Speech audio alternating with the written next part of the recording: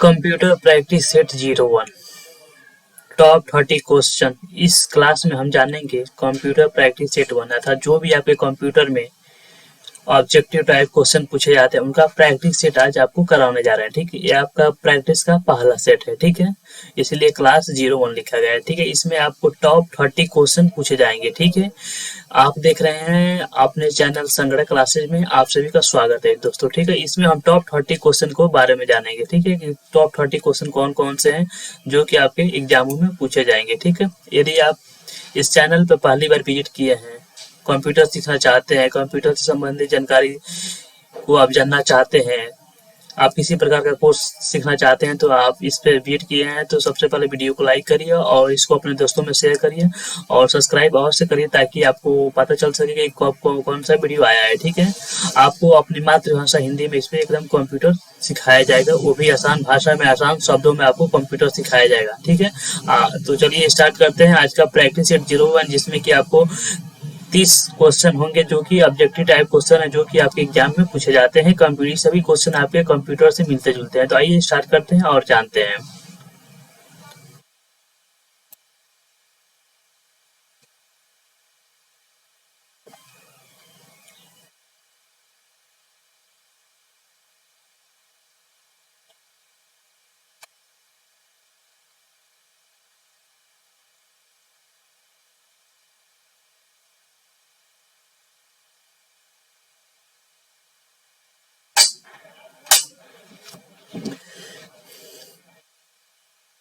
इसमें हम जानेंगे कंप्यूटर प्रैक्टिस सेट के बारे में। ठीक है, तो देखिए पहला क्वेश्चन है आपका, कंप्यूटर का जनक किसे कहा जाता है? कंप्यूटर का जनक किसे कहा जाता है? ठीक है, आपके सामने 4 विकल्प हैं, Bill Gates, Charles Babbage, Blaise Pascal, Joseph Jacquard. ठीक है, इन चारों में से आपको बताना है कि कंप्यूटर का जनक या पिता किसे कहते हैं। ठीक है, मतलब कंप्यूटर का आविष्कार किसने किया था, सबसे पहले उसी को ही जनक कहते हैं और उसको ही पिता कहते हैं, जिसका आंसर आपका बी होगा, चार्ल्स बेबेज। चार्ल्स बेबेज को हम कंप्यूटर का जनक कहते हैं। जनक मतलब पिता होता है। ठीक है, इन्होंने ही सबसे पहले कंप्यूटर का आविष्कार किया था, इसीलिए हम कंप्यूटर का जनक एवं पिता किसे कहते हैं? चार्ल्स बेबेज को कहते हैं। ठीक है, अगला प्रश्न है आपका, देखिए कंप्यूटर के जनक एवं पिता किसे कहा जाता है? ठीक है, उसी क्वेश्चन को उलट के पूछा गया है, कंप्यूटर के जनक एवं पिता। ठीक है, जनक और पिता दोनों एक ही शब्द है। ठीक है, और आविष्कारक, ठीक है, ये तीनों मिलते जुलते शब्द है। ठीक है, ये तीनों किसे कहते हैं? तो चार्ल्स बेबेज को कहते हैं। ठीक है, आपके सामने 4 ऑप्शन है, bill Gates, Charles Babbage, Larry page, lady रारा। ठीक है, लेकिन जो कंप्यूटर के जनक और हम पिता कहते हैं वो किसे कहते हैं? चार्ल्स बेबेज को कहते हैं। किसे कहते हैं? चार्ल्स बेबेज को। चार्ल्स बेबेज को कंप्यूटर के जनक और पिता कहते हैं, क्योंकि कंप्यूटर का सबसे पहले आविष्कार किसने किया था? तो चार्ल्स बेबेज ने ही किया था। जो सबसे पहले किसी भी क्षेत्र में कार्य करता है उसी को जनक या पिता कहा जाता है। अगला प्रश्न है, कंप्यूटर निम्नलिखित में से कौन सा कार्य नहीं कर सकता? अर्थात आप जो कंप्यूटर देख रहे हैं, ये कंप्यूटर इन चारों में से कौन सा कार्य नहीं कर सकता है? ठीक है, पहला है आपका इनपुट, दूसरा है आउटपुट, तीसरा है आपका कंट्रोलिंग, चौथा है अंडरस्टैंडिंग। ठीक है, इनपुट मतलब आपको कंप्यूटर में आप कुछ इनपुट देंगे, इनपुट ले सकता है, आउटपुट ले सकता है, कंट्रोलिंग कर सकता है या अंडरस्टैंडिंग। तो ये कौन सा कार्य नहीं कर सकता? तो ये अंडरस्टैंडिंग नहीं कर सकता। अंडरस्टैंडिंग का मतलब होता है सोचना समझना। ठीक है, कंप्यूटर के पास सोचने समझने की क्षमता नहीं है। ठीक है, तो कंप्यूटर यही एक नहीं कर सकते, बाकी सभी कार्य करता है कंप्यूटर, इनपुट आउटपुट और कंट्रोलिंग सब कर लेता है, लेकिन अंडरस्टैंडिंग का हिंदी इंग्लिश शब्द हिंदी में होता है सोचने समझने की क्षमता। ठीक है, तो कंप्यूटर क्या नहीं कर सकता है? तो ऑप्शन नंबर डी। ठीक है, कंप्यूटर कुछ भी सोच समझ नहीं सकता है। ठीक है, इसका ऑप्शन नंबर डी हो जाएगा, अंडरस्टैंडिंग नहीं कर सकता है। ठीक है, अगला प्रश्न की ओर बढ़, सभी क्वेश्चन आपके मोस्ट इंपोर्टेंट है जो कि आपके एग्जाम की परीक्षा की दृष्टि से बनाए गए हैं। ठीक है, माइक्रो प्रोसेसर, माइक्रो प्रोसेसर किस पीढ़ी का कंप्यूटर है? अच्छा, जो आपका माइक्रो प्रोसेसर है वो कौन सी पीढ़ी का कंप्यूटर है? ठीक है, आपके माइक्रो प्रोसेसर हो गया और वैक्यूम ट्यूब हो गया, VRS हो गया। ठीक है, मतलब ये कौन आपके 4 होते हैं। ठीक है, तो ये पूछ रहा है कि माइक्रो प्रोसेसर किस पीढ़ी का कंप्यूटर है। आपके सामने ऑप्शन आपके चार दे दिए गए हैं, पहला है प्रथम पीढ़ी, दूसरा है द्वितीय पीढ़ी, तीसरा है तृतीय पीढ़ी, चौथा है चतुर्थ पीढ़ी। मतलब इन चारों पीढ़ी में से माइक्रोसॉफ्ट किस पीढ़ी में प्रयोग किया गया? ठीक है, जिसका राइट आंसर क्या होगा? चतुर्थ पीढ़ी। चतुर्थ पीढ़ी में माइक्रो प्रोसेसर का प्रयोग किया गया था। किस पीढ़ी में? चतुर्थ पीढ़ी में माइक्रो प्रोसेसर का प्रयोग किया गया था। अगला प्रश्न,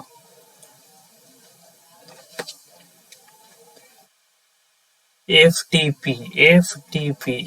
पी का फुल फॉर्म क्या होता है? ठीक है, देखिए एफ टी पी का फुल फॉर्म क्या होता है? ठीक है, आपके सामने चार विकल्प है, लेकिन तीन विकल्प अभी दिए गए हैं। ठीक है, इनमें से बताना है। ठीक है, एफ टी पी का full form, F T P का फुल फॉर्म का या पूरा नाम क्या है? ठीक है, तो एफ टी पी का पूरा नाम क्या होता है? ठीक है, पहला है फाइल ट्रांसफर प्रोटोकॉल, दूसरा है फोल्डर ट्रांसफर प्रोटोकॉल, तीसरा है फोल्डर ट्रांजेक्शन प्रोटोकॉल। ठीक है, जिसका करेक्ट आंसर क्या होगा? पहला option A, file transfer protocol. ठीक है, एफटीपी का फुल फॉर्म होता है फाइल ट्रांसफर प्रोटोकॉल। ठीक है, ये आपका 5 नंबर प्रश्न। अगला प्रश्न की ओर बढ़ते हैं, 6 नंबर। ठीक है, देखिए 6 नंबर प्रश्न क्या कहता है?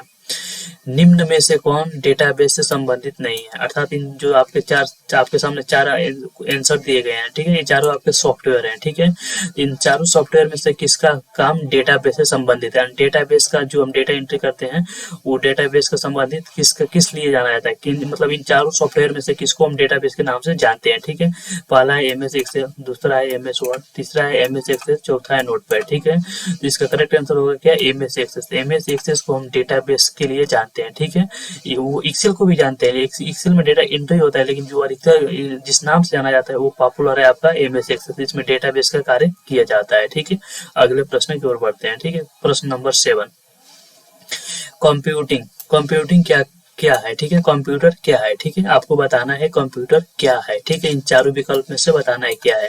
कंप्यूटर की मदद से डेटा प्रोसेसिंग काम होता है, बिजली की मदद से कंप्यूटर चलाना, कंप्यूटर करना, इनमें से कोई नहीं। ठीक है, इन चारों ऑप्शन में से क्या होगा? तो ऑप्शन नंबर ए होगा। कंप्यूटर की मदद से डेटा प्रोसेसिंग का काम होता है, अर्थात जितना भी डेटा होता है बड़े से बड़े, उसको हम कॉपी पेन पे करेंगे तो टाइम लगेगा, इसीलिए कंप्यूटर क्या करता है? उस डेटा का प्रोसेसिंग करता है। ठीक है, अगला प्रश्न देखेंगे, एक गीगावाट कितने मेगावाट के बराबर होता है? अर्थात जो आपका गीगावाट है, एक गीगावाट वो कितने मेगाबाइट के बराबर होगा? ठीक है, कितने मेगाबाइट? मेगाबाइट मतलब क्या होता है? एमबी। ठीक है, बाइट मतलब होता है एमबी। ठीक है, जो आप एक जीगा गीगाबाइट देख रहे हैं वो कितने मेगाबाइट के बराबर होता है? तो आपका सामने चार ऑप्शन दिए हैं। ठीक है, पहला 1025, दूसरा 1200, तीसरा 1000, जो चौथा 1024। ठीक है, तो इसका राइट के आंसर होगा क्या होगा? जो डी नंबर होगा 1024 एमबी के बराबर होता है। एक गीगाबाइट क्या होता है? 1024 एमबी के बराबर होता है। ठीक है, अगला प्रश्न की ओर देखते हैं, कंप्यूटर की मुख्य मेमोरी क्या होती है? ठीक है, मतलब इन चारों में से आपको बताना है कि कंप्यूटर के मुख्य मेमोरी किसे कहते हैं, या इनमें से चारों में से कौन है, या चारों है। ठीक है, देखिए पहला है भीतरी, दूसरा सहायक, तीसरा है बाहरी, लास्ट ऑप्शन है ये सभी। ठीक है, तो कंप्यूटर की मुख्य मेमोरी क्या होती है? तो इस सभी जितना देख रहे हैं, बाहरी, भीतरी, सहायक, ये सभी आपकी कंप्यूटर की मुख्य मेमोरी होती है। ठीक है, अगले प्रश्न की ओर बढ़ते हैं। अगला प्रश्न देखिए, भौतिक रूप से मेमोरी कितने तरह की होती है? अर्थात भौतिक रूप से मेमोरी कितने तरह की होती है? आपके सामने ऑप्शन है 1, 2, 3। ठीक है, और एक और भी आंसर है यहाँ पे 4। ठीक है, आपको बताना है कि इन चारों में से मेमोरी कितने प्रकार की है। भौतिक मेमोरी मुख्य रूप से, जो भौतिक मेमोरी है मुख्य रूप से कितने प्रकार की होती है? जिसका राइट आंसर क्या होगा? ऑप्शन नंबर बी, 2 प्रकार की होती है। ठीक है, भौतिक मेमोरी कितने प्रकार की होती है? 2 प्रकार की होती है। ठीक है, ये आपका प्रैक्टिस सेट 1 है। ठीक है, आप इसमें से आपको कहीं भी कंफ्यूजन हुआ तो आप कमेंट अवश्य करिएगा। ठीक है, और कोई भी सवाल या सुझाव हो तो आप कमेंट बॉक्स में अवश्य करके हमें पूछ सकते हैं। ठीक है, अगला प्रश्न है, मैग्नेटिक मेमोरी कैसी होती है? मैग्नेटिक मेमोरी कैसी होती है? ठीक है, आपको बताना है। 4 ऑप्शन आपके सामने दिए गए हैं, वेलेटाइल, नॉन वेलेटाइल मेमोरी, दोनों में से कोई नहीं। ठीक है, इसका करेक्ट आंसर होगा आपका वेलेटाइल। जो आपकी मैग्नेटिक मेमोरी होती है वो कैसी होती है? उसकी आकृति वेलेटाइल होती है। ठीक है, अगला प्रश्न को बढ़ते हैं, क्वेश्चन नंबर 13। क्वेश्चन नंबर 13 कह रहा है कि ओएसआई का फुल फॉर्म क्या है? अर्थात फुल फॉर्म मतलब, फुल फॉर्म को हिंदी में बोलते हैं, पूरा नाम क्या है? ओएसआई का फुल फॉर्म क्या है? ठीक है, तो आपके सामने 4 ऑप्शन दिए गए हैं। ठीक है, देखिए यहाँ पे आपके सामने 4 ऑप्शन दिए गए हैं। ठीक है, आपको बताना है। पहला है ओपन सिंपल इंटरफेस, सेकंड है, बी नंबर है operating system interface, C number है open system interconnection, D number है आपका ओपन सिस्टम इंटरलिंक। ठीक है, तो ओएसआई का फुल फॉर्म क्या होता है? तो होता है ओपन सिस्टम इंटर कनेक्शन। ठीक है, आपका डी का कौन सा ऑप्शन सही है? ऑप्शन नंबर सी सही है। क्या?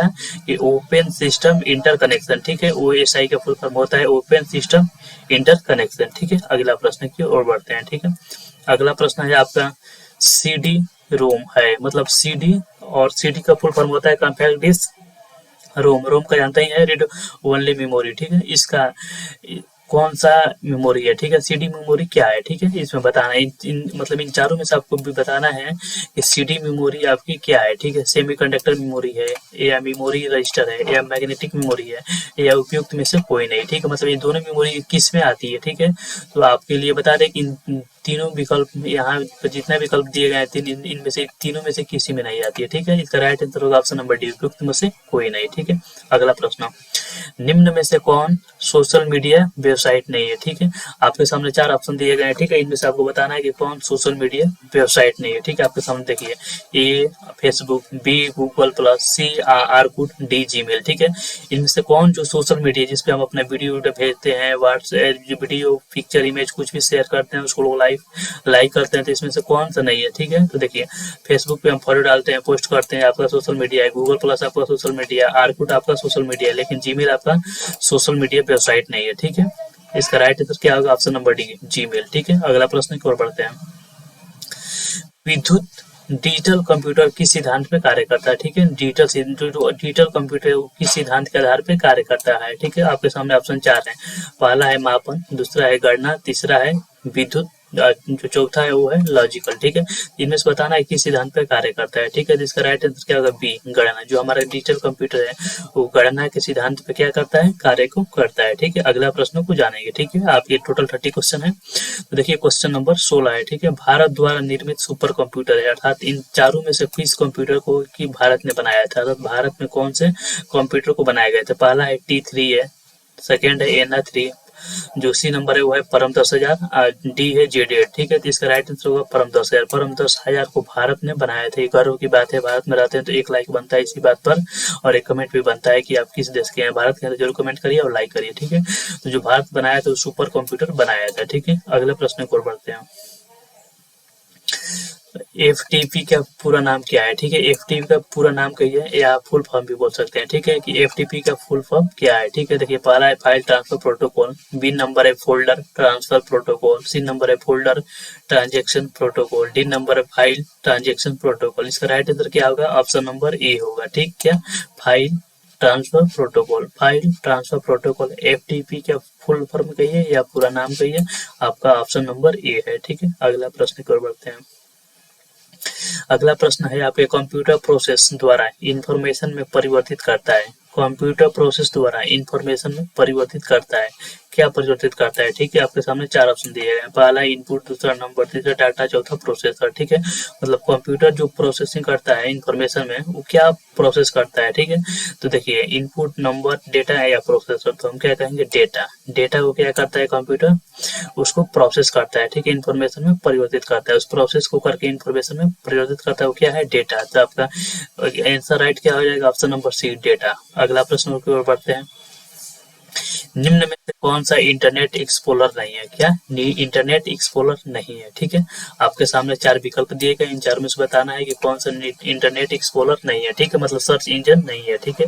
देखिए, पहला है क्रोम, दूसरा है फायरफॉक्स, तीसरा है सफारी, चौथा ऑप्शन है आपका नंबर डी, गूगल प्लस, ठीक है। देखिए, गूगल एक वेबसाइट एक्सप्लोरर, ये गूगल क्या है आपका, सर्च इंजन है, ठीक है। फायरफॉक्स क्या है, सर्च इंजन है। सफारी क्या है, सर्च इंजन है, ठीक है। और कौन सा इंटरनेट एक्सप्लोरर नहीं है, तो आप कह सकते हैं गूगल प्लस नहीं है, ठीक है। ये सभी आपके क्या है, इंटरनेट एक्सप्लोरर। एक्सप्लोरर मतलब क्या होता है, सर्च इंजन, जिसपे हम सर्च करते हैं कोई भी अपना कोई कुछ भी हमें सर्च करना होता है, किसी भी नॉलेज को लेना होता है तो हम सर्च करते हैं क्रोम पे, फायरफॉक्स पे, मोजिला। लेकिन इस समय सबसे ज्यादा किस पे सर्च किया जाता है, क्रोम पे। सब पहले सफारी चलता था, सफारी के बाद फायरफॉक्स आया, फायरफॉक्स बाद से क्रोम आ गया, ठीक है। इसको एक्सप्लोरर भी बोला जाता है, ठीक है, और सर्च इंजन भी बोल सकते हैं। तो गूगल आपका, गूगल प्लस क्या है, सर्च इंजन नहीं है, ठीक है। या राइट आंसर क्या हो जाएगा, डी हो जाएगा, ठीक है। अगले प्रश्न की ओर बढ़ते हैं। कंप्यूटर के क्षेत्र में महान क्रांति कब आई, कंप्यूटर के क्षेत्र में महान क्रांति कब आई, ठीक है। आपके सामने 4 ऑप्शन है। पहला है 1917, बी है 2000 में, सी है 1955 में, डी है 1960 में, ठीक है। तो इसका राइट आंसर क्या होगा, ऑप्शन नंबर डी, 1960 में। 1960 में क्या हुआ, कंप्यूटर के क्षेत्र में महान क्रांति है। कंप्यूटर के क्षेत्र में महान क्रांति कब आई, तो ऑप्शन नंबर डी हो जाएगा, 1960 में क्या हुआ, महान क्रांति आई, ठीक है। अगला प्रश्न को देखते हैं। कंप्यूटर साक्षरता दिवस कब मनाया जाता है, कंप्यूटर साक्षरता दिवस कब मनाया जाता है। ये इंपोर्टेंट क्वेश्चन है कि आपसे कोई पूछ सकता है कंप्यूटर साक्षरता दिवस कब मनाया जाता है। आपके सामने 5 ऑप्शन दिए गए हैं। ऑप्शन ए 5 दिसंबर, ऑप्शन बी 14 दिसंबर, ऑप्शन सी 22 दिसंबर ऑप्शन डी 2 दिसंबर, ठीक है। जिसका राइट आंसर क्या होगा, ऑप्शन नंबर डी 2 दिसंबर को क्या मनाया जाता है, कंप्यूटर साक्षरता दिवस मनाया जाता है, ठीक है। अगला प्रश्न, ठीक है। इतना ही पे ही आपका वीडियो समाप्त होता हुआ। ये वीडियो आपको कैसा लगा कमेंट करके जरूर बताएं। यदि आपके मन में कोई सवाल है या कोई सुझाव है तो आप हमें कमेंट बॉक्स में सुझाव या अपना सवाल पूछ सकते हैं। और ये वीडियो आपको कैसा लगा कमेंट जरूर करें, और इस वीडियो को अपने दोस्त लाइक करें और अपने दोस्तों में शेयर करें और सब्सक्राइब करना नहीं भूलें, ठीक है। फिर मिलते हैं नेक्स्ट वीडियो के साथ। जय हिंद, जय भारत।